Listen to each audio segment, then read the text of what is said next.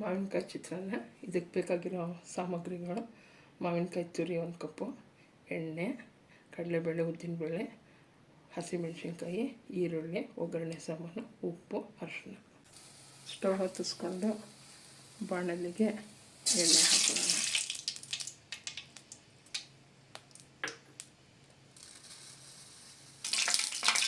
ಎಣ್ಣೆ ಬಿಸಿ ಆದಮೇಲೆ ಹಾಕೊಳ್ಳೋಣ.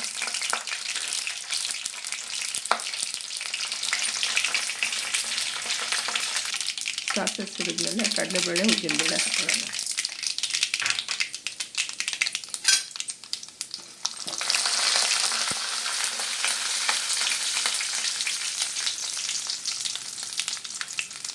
ಹಸಿಮೆಣಸಿನ್ಕಾಯಿ ಹಾಕೊಳ್ಳೋಣ.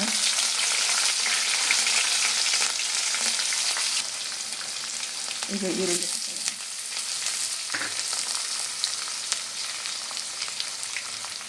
ಕರ್ಬೇವಿನ ಸೊಪ್ಪು,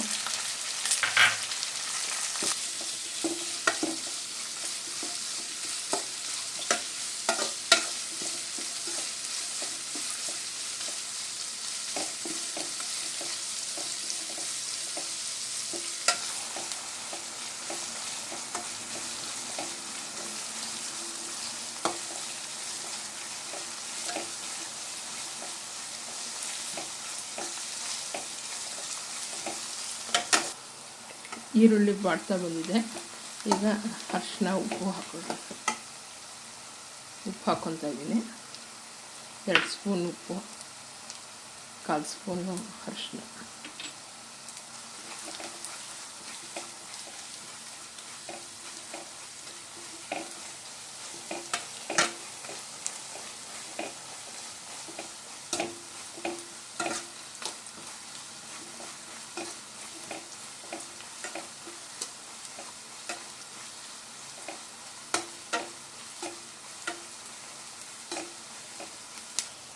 ಈಗ ತುರಿದಿರೋ ಮಾವಿನಕಾಯಿನ ಹಾಕೊಳ್ಳೋಣ.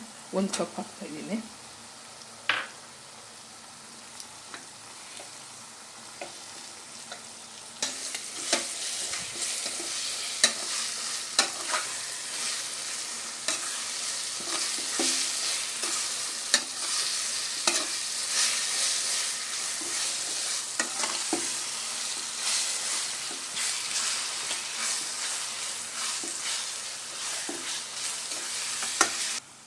ಮಾವಿನಕಾಯಿ ಈಗ ಸ್ವಲ್ಪ ಬೆಂದಂಗಾಗಿದೆ. ಈಗ ಸ್ಟವ್ ಆಫ್ ಮಾಡೋಣ.